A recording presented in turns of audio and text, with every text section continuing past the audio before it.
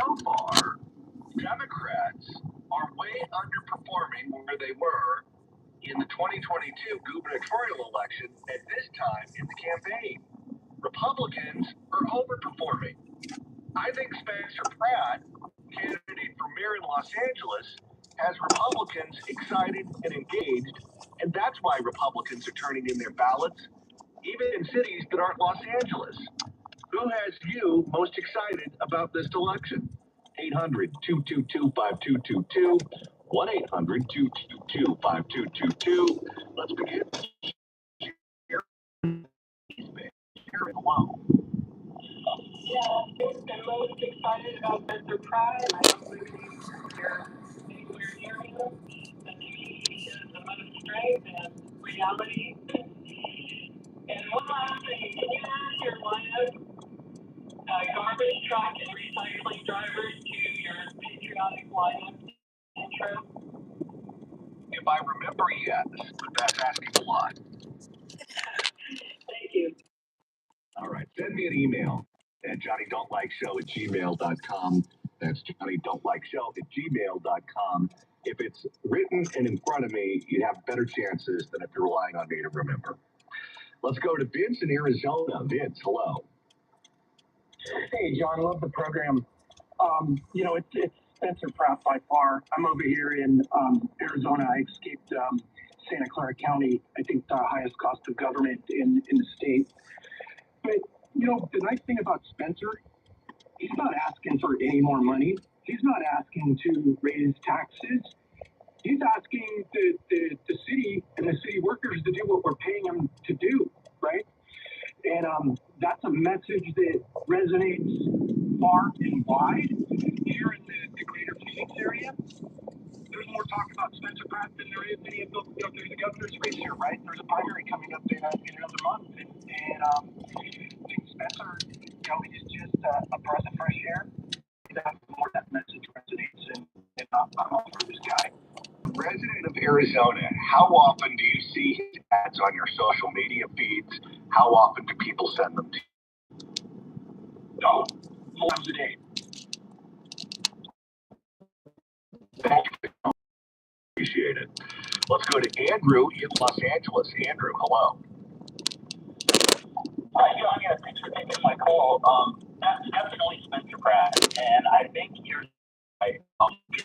He's run mostly positive campaign. I think that's refreshing to a lot of people. He's saying, here's what I'm going to do to fix this city. Not, here's why hiking my home is such a bad person. Does that make sense? Oh, yeah, and I'll tell you something else. Go back to the debate for a second, because I attended one of the gubernatorial debates. I've watched most of them. It seems like those candidates are trying to repeat rehearsed lines that are supposed to generate a reaction or buzz on social media or headlines in the news. But when they deliver them, it's obvious to me that these were rehearsed lines that someone wrote for them. When Spencer Pratt was debating Gary Bass and Cynthia Robin, sometimes they would say something really outrageous or really stupid, and he'd have a facial reaction that you could tell was totally authentic. Or he would have a retort that you could tell was an honest, authentic retort. You're not getting someone who's been shaped by the strategists, who's been shaped by the consultants. You're getting someone who's giving you honest reactions to all of the chaos that's going on. And I think that is refreshing for a lot of people. Yes, very much so. Thank you very much for taking my call. I appreciate it. All right. Thank you for the call, sir. Let's go to Jim, listening online in Huntsville, Texas. Jim, hello. Hey, you're doing a great job. Hey, I got a point that I think Spencer Pratt is missing out on, and that is, look what happened to San Francisco. Used to be an outdoor outhouse, basically. Look at what the new mayor did and how he turned around San Francisco and what he did and the policy he implemented. Now, I think that Spencer Pratt needs to go out there and say, look, this is what happened in San Francisco. We can do that here. And why hasn't Karen Bass done that here already? Because everything is within the same state law. So if they can do it, how come we're not doing it? She's letting this go because she's an incompetent leader. And that's what I would do for, for his campaign, and say, use the comparison. You have one. It works. He can get there, and he can throw it right and Karen Bass's face. I think that's a great point. There's a sense out there that she is a complete failure and she deserves to be punished. And she deserves to not get another 4 years as mayor of Los Angeles. And maybe even more than that because she doctored up that fire report. That's illegal. So maybe she should be prosecuted too. I don't know. I don't have a law degree. But if it weren't for Spencer Pratt, if it weren't for him, think about how Karen Bass would be waltzing to another 4 years. How there wouldn't be someone on the campaign trail on a daily basis calling her out for all of her failures. Because Rick Caruso took a pass.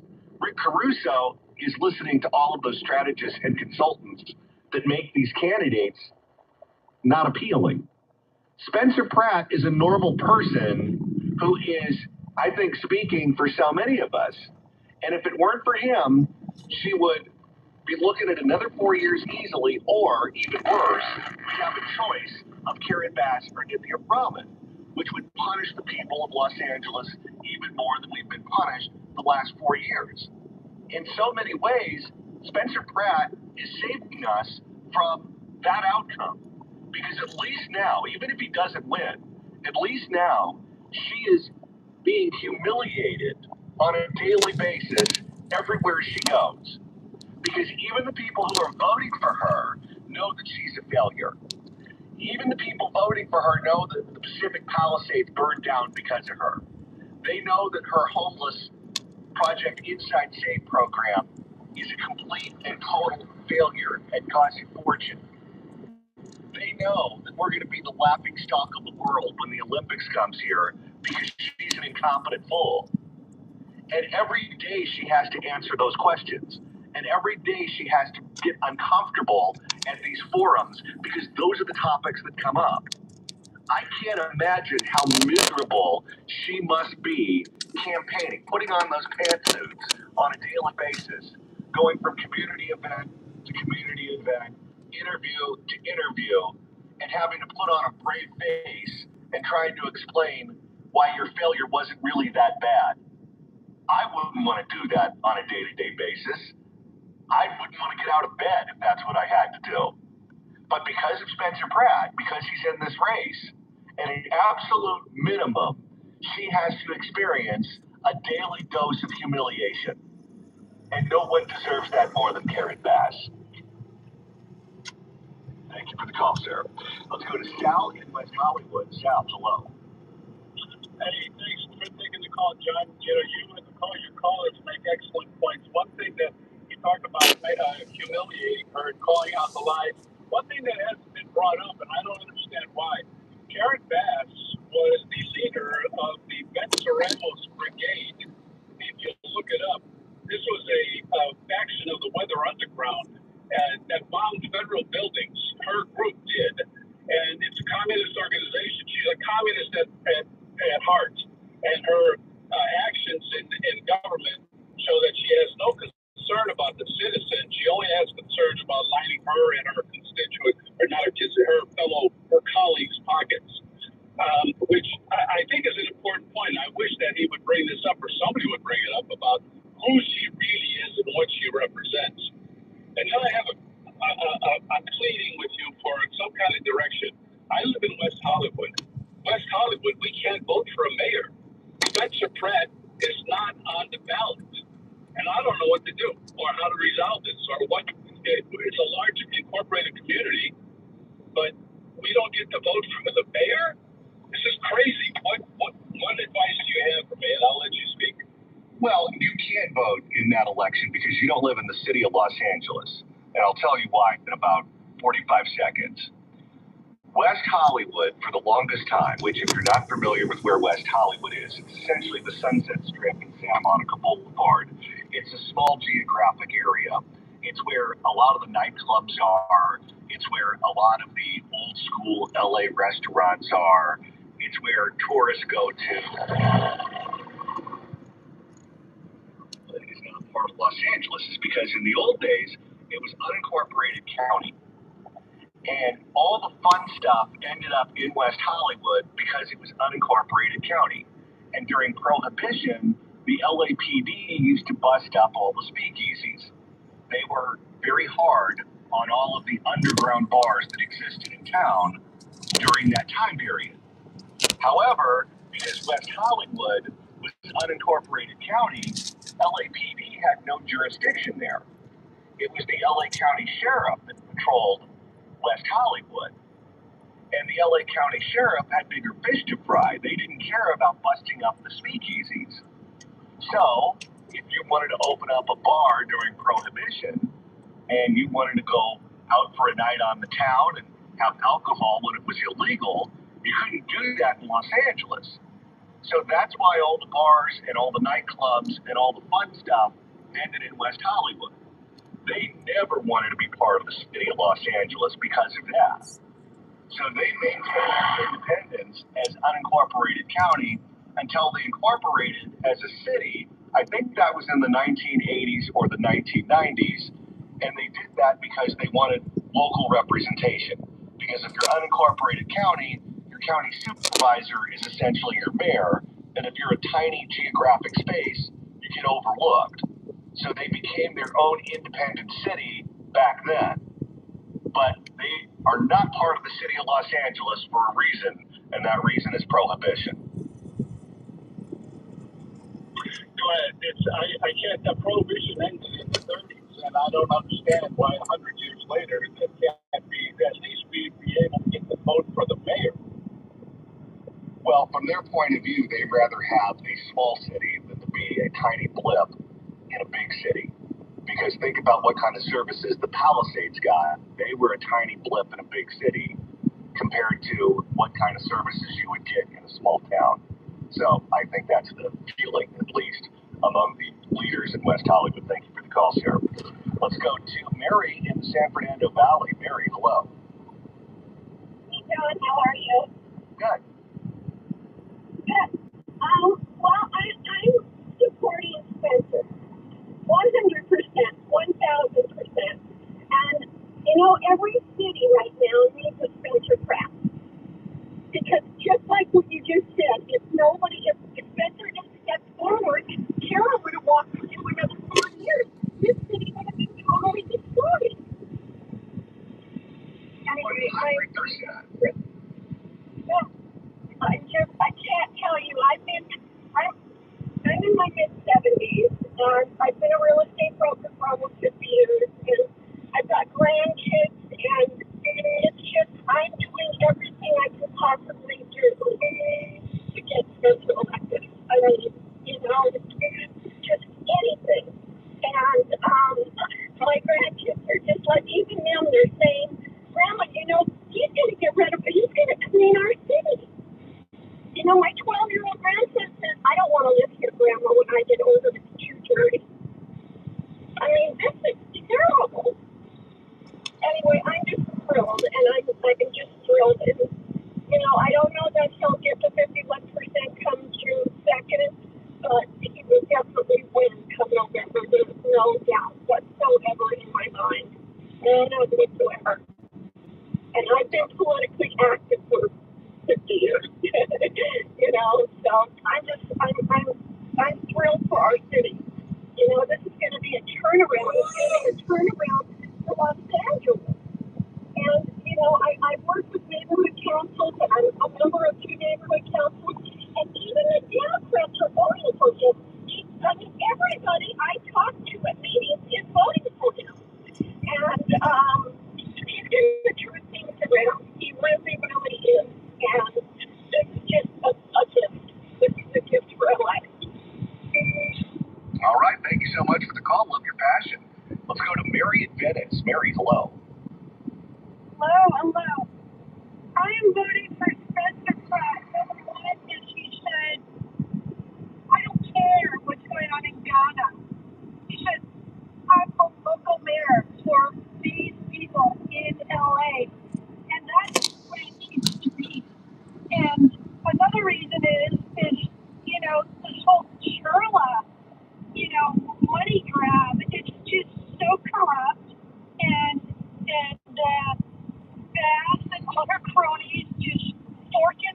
money over to SaintRobb, which, you know, has a base in Mexico, a complete foreign country. And then, you know, the whole industrial complex, it's just we're getting robbed left and right. So I just want that gone. All right, thank you for the call. Let's go to Jim in Newport Beach. Jim, hello. Hey, my friend, I love your show. Quick comment.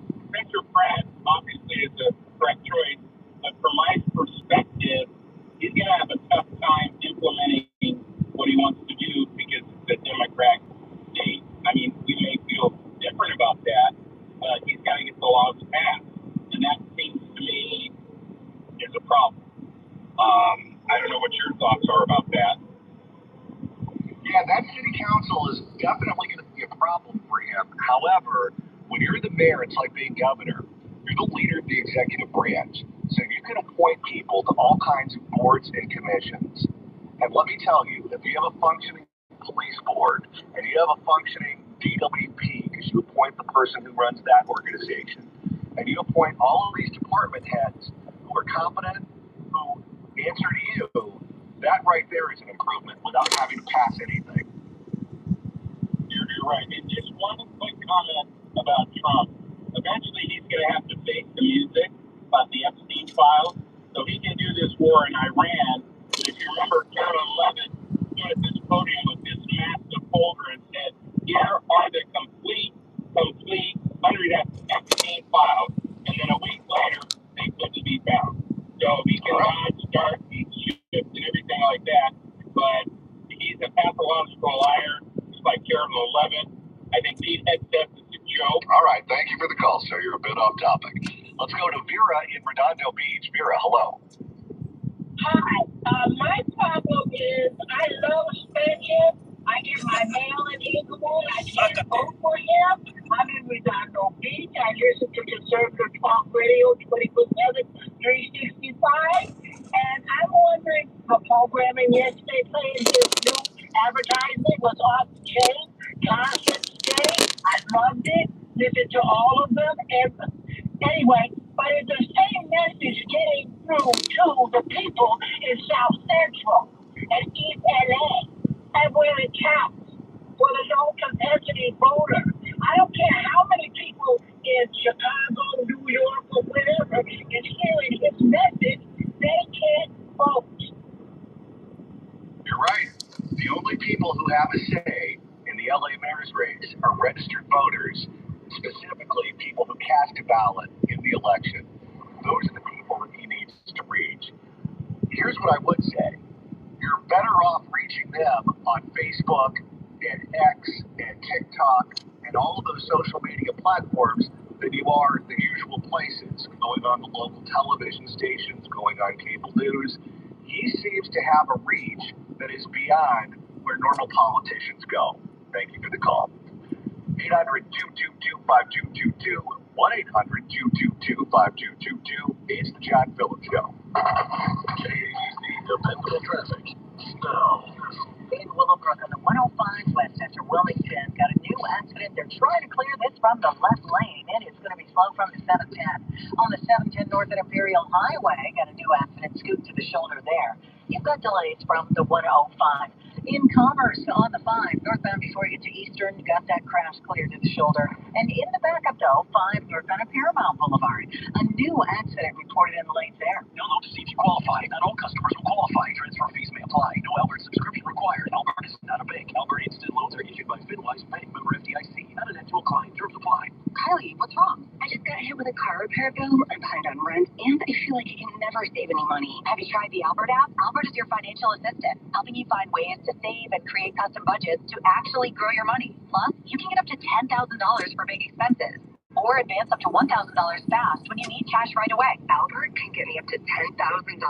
Exactly. Albert spots you in a pinch and helps you grow your money in the long run. I'm downloading Albert right now. Download the Albert app and use promo code GAIN to borrow up to $10,000 for whatever you need. The Albert app helps you budget better and save more money so you reach your financial goals faster. Download the Albert app right now and use promo code GAIN to borrow up to $10,000. Use code GAIN to up to $10,000. Enrolls you in a recurring automated marketing text messages. Consent not required to purchase. Messenger data rates may apply. The team's looking good this season. I think so.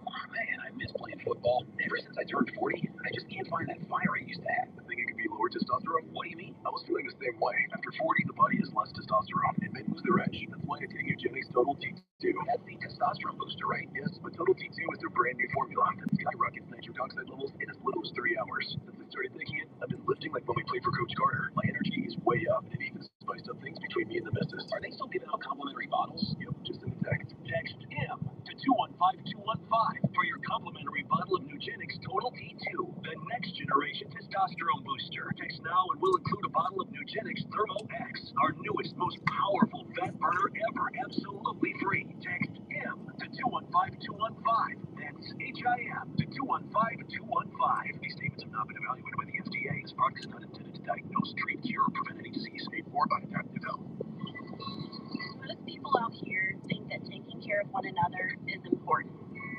And most people would step up for a neighbor going through a tough time. Most people around here help out friends and family when they need it. But the funny thing is, most of us won't look for help when we need it. If you're struggling with mental health, you should know that there are resources out there that can help. And it's okay to talk about it if you need to. One place to get started with information is loveyourmindtoday.org. Loveyourmindtoday.org offers a range of guides, instructions, and insights for dealing with difficult situations or getting through a tough time. If you're struggling with mental health, get the help you need, because most people out here really care. Visit loveyourmindtoday.org. That's loveyourmindtoday.org.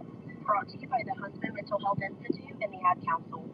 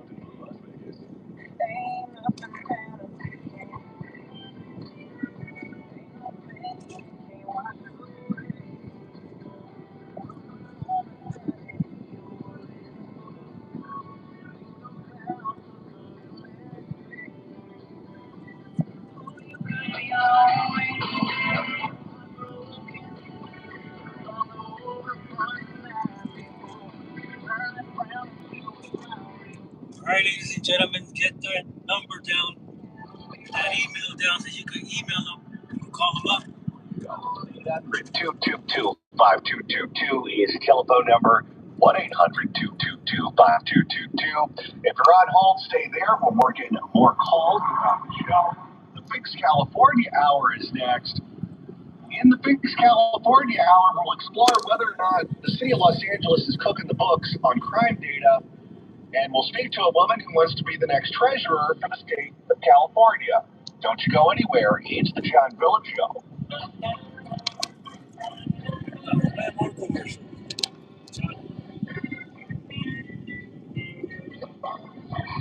Tune into Advisors on Call with Greg Ramirez. We want to go the extra mile because giving you the proper diversification is going to give you a better return. Retirement planning doesn't have to be complicated. Change to how you want. Wow, it looks like 69% of you are going to be voting out there. I wish it was a little bit more. We need to fix Cal. So that way we can get this California state back on track, back on being prosperous. All right, people, vote. Be nice if you do, but vote. By living within our means today, Culver City is creating opportunity for tomorrow while working to keep our city livable and affordable for everyone who calls it home. Culver City, responsible planning, strong communities, and a future we can all share. Learn more at culvercity.gov. If it's on the ballot, count on us to talk about it. KABC, Los Angeles, Orange County, a continuous media station. Diario Español.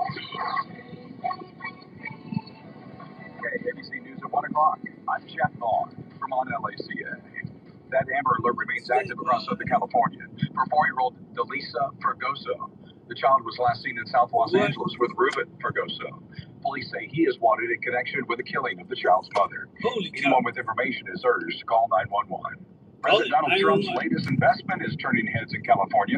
Financial disclosures show the president invested up to $5 million in Irvine-based. So what's up, people? The conveyor belt sushi chain known for its robot servers. The restaurant has locations in Little Tokyo, Koreatown, Glendale, Sherman Oaks, Torrance, and Arcadia. So you guys are going out there to vote. Golden State home prices just Gotta vote these clowns out of California. Get some real people in California. Climbed to nearly $915,000 in April, up almost 3% from March. California, of course, desperately needs housing for the next big wave of affordable home building. Wells Fargo is backing projects designed to build homes for under $99,000 using 3D. Who knows what city I'm in?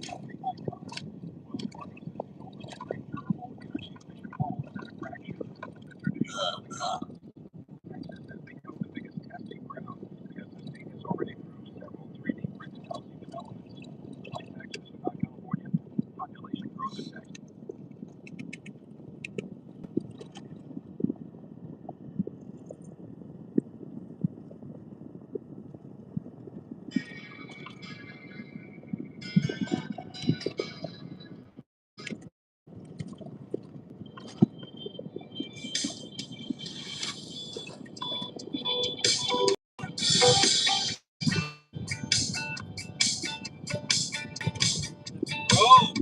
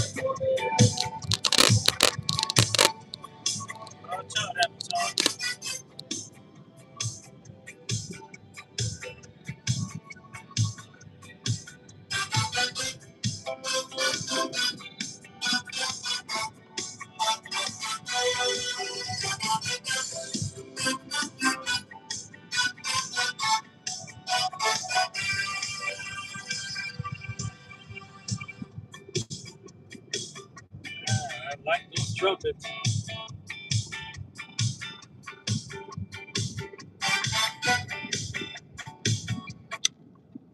478-6430. It's a commercial. Think back. All those times you questioned everything and wondered why you didn't trust yourself. What if those thoughts could be eliminated? The truth is, those thoughts come from a hidden part of your mind. At Dianetics Seminar, you'll learn and apply powerful techniques to address the hidden source of your stress, anxiety, and self-doubt. It's hands-on, and you'll put the tools to work immediately. Just one weekend, you'll discover exactly how the mind works and increase your happiness.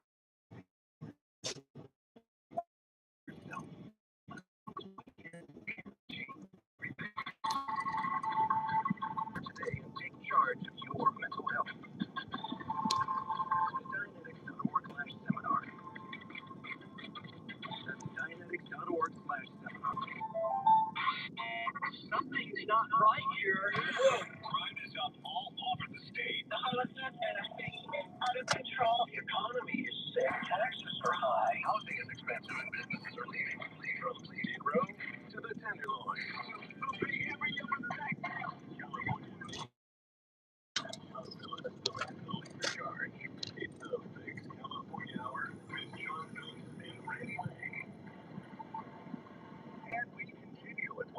We continue. John Phillips Show. Mr. Randy Wang has the day off. His flight was canceled, and he's stuck in Dallas. So I assume he's eating barbecue and not paying attention to the Texas Rangers. By that I mean the ball club, not the police. 800-222-5222 is telephone number. 1-800-222-5222. If you're on hold, stay there. We'll get to your calls later on in the program. But as I mentioned before, Election Day is a week from today, next Tuesday, June the 2nd. If you plan to vote, you can vote in person at a voting center. You can vote on Election Day, or all of you have ballots that were mailed to you. As long as it's postmarked by June 2nd, your vote will count. So if you plan on voting, make sure you get your vote in by next Tuesday, June 2nd. One of the contests that will be on your ballot is the contest to decide who will become California's next treasurer. Fiona Ma is California's current treasurer. She's termed out and running for lieutenant governor, which means the seat is open and any number of candidates have a shot at becoming elected state treasurer. Joining us right now is a candidate for that office. You can get her online at hawksforus.com. Candidate for California State Treasurer, Jennifer Hawks. Welcome. Thank you, John, for having me on today. So let's start with the obvious. Why should you be the next treasurer of the state of California?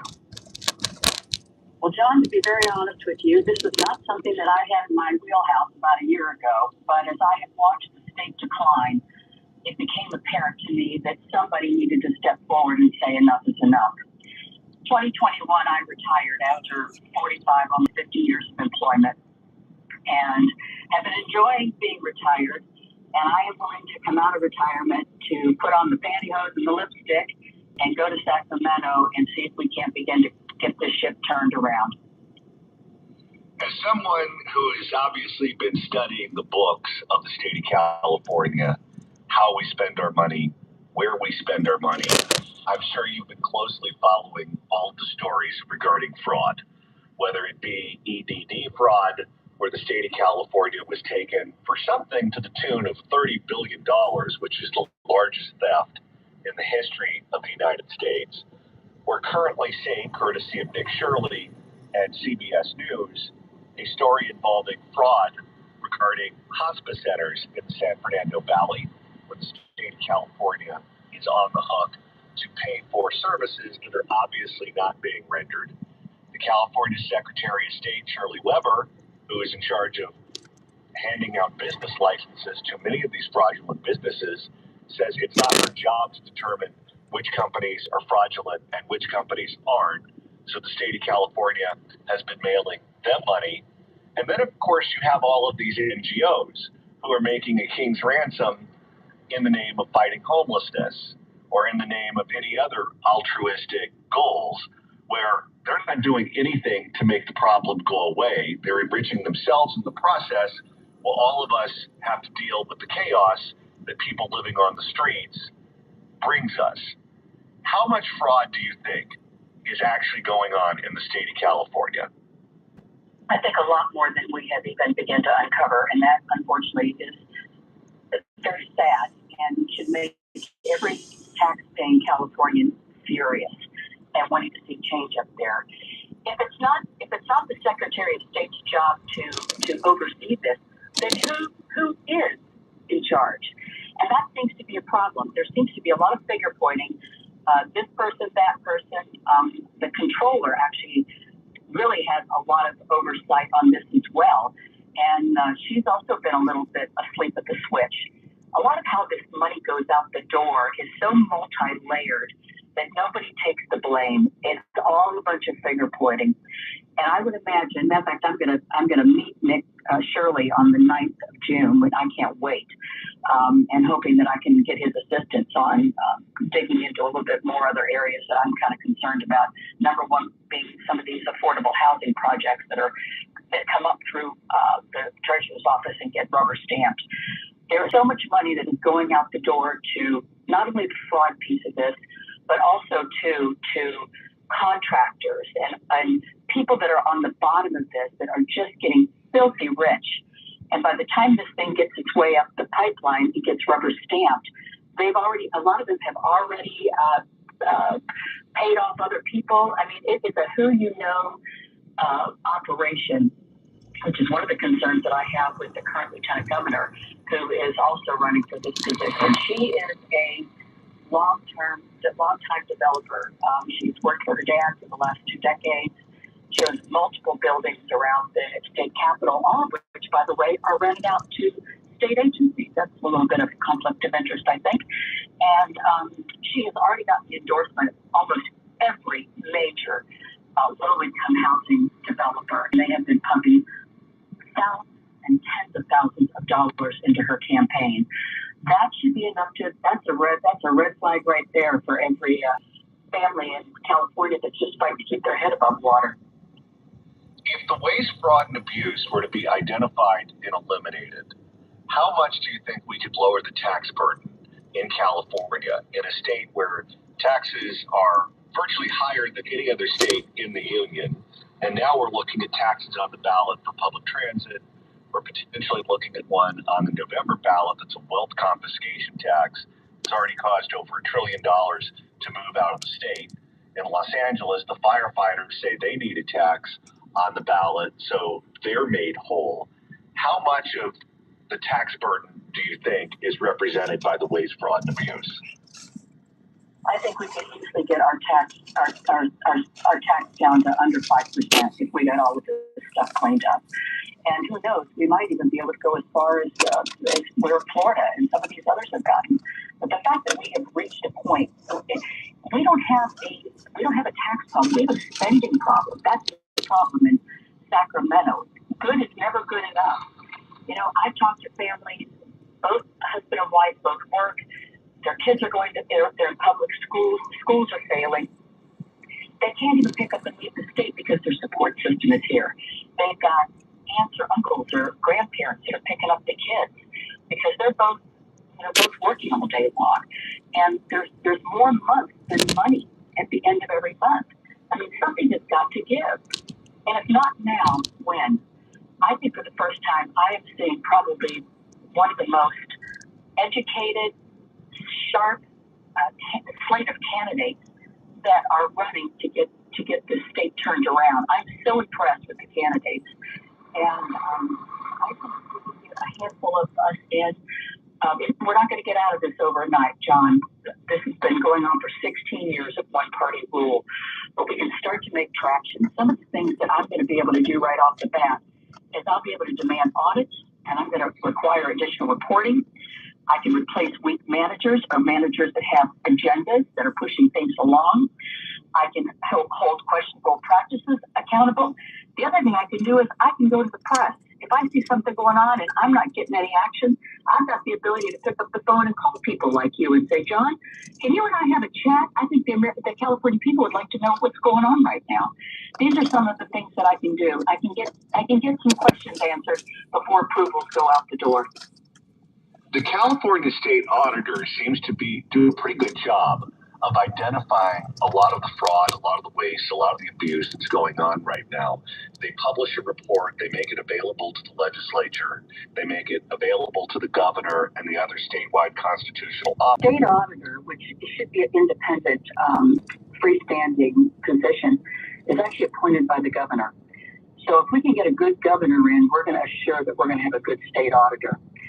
And he also is the one that would appoint, or she would be the one that would appoint the director of finance.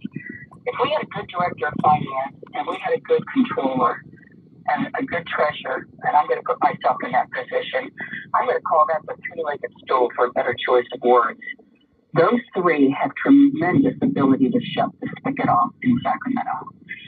And so I'm just asking every California that has had enough of this, please get out and vote. This particular election is probably, I think, one of the most important in our lifetime for the state. We cannot continue to go down the financial path that we are on. When you just look at the energy industry alone, they have just about decimated our energy industry. And when you talked about the billionaires and how many have gone out, I just did a quick assessment on, I picked the top 6 that have gone out the door and then added Elon Musk into that mix. The one-time amount of tax that they would have been able to get off of these guys was just north of about $78 billion. But it's backfired on them because they've not only lost the $78 billion, they all left before 2025, end of 2025. They've taken with them what they would be paying on an annual basis. They've also taken their companies, and we've lost jobs.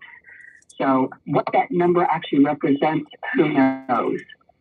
But when you just look at our debt bond alone for the state of California, we pump out more bonds on the backs of our people than any other state in the country. Our bond debt alone is just north of $78 billion, and our annual debt service on that is 8.2. I mean, we just can't keep running at the numbers that we're running. We are fiscally running. They're fiscally running this state into the ground. And what's amazing is he's going to be out at the end of the year, and somebody else is going to have to clean up the mess. He just passed a new budget of $349 billion, and this is just not sustainable. It's just not sustainable. We can't keep all the entitlements, plus the money that's going out the door with the frauds, and our pensions. Our pensions are not even running fully funded. They're running between 71 and 78% funded. So we've got a huge risk there as well. You mentioned your chief opponent in this race, the current lieutenant governor, a billionaire heiress, Eleni Kounalakis. When you look at how she campaigns, what she's putting on her website, what she's saying when she's interviewed, what she's saying in public forums that she's participating in, it seems like all she talks about is Donald Trump. How much she hates Donald Trump, what she's going to do to block the Trump administration, how much she dislikes what he puts out on social media, the basics. She seems like she's not even concerned with the duties that comes with the office. It seems like something that she's just not interested in. Is it frustrating to run for an office against people who aren't even talking about the subject matter that you would have to deal with should you be elected? You know something, I think that's one of the reasons why I am trying to be as vocal as I can when I'm talking to folks. The lieutenant governor position is kind of also a figurehead. You kind of have a beautiful little title, but you really don't have to do much work unless you want to. The treasurer's office can be the same way, because the day-to-day work is actually done within the divisions of that office. There's 400 employees, and within that, there's about 8 or 9 major divisions, and they all have their own CEOs and experts within those. The day-to-day work is done in those divisions. And so she basically could take this position and continue on basically doing nothing and just being a figurehead. That's not why I'm running. I'm coming out of retirement. I don't need this job. I don't need the salary off of this job. I'm going up there because my kids and my grandkids can barely afford to live in this state anymore. And as I talk to other people around, they're hurting, they're suffering. And you know something, maybe instead of fighting Trump, maybe you should start fighting for the people of California, because those are the people that you've been duly elected to represent. That's why I'm going to Sacramento.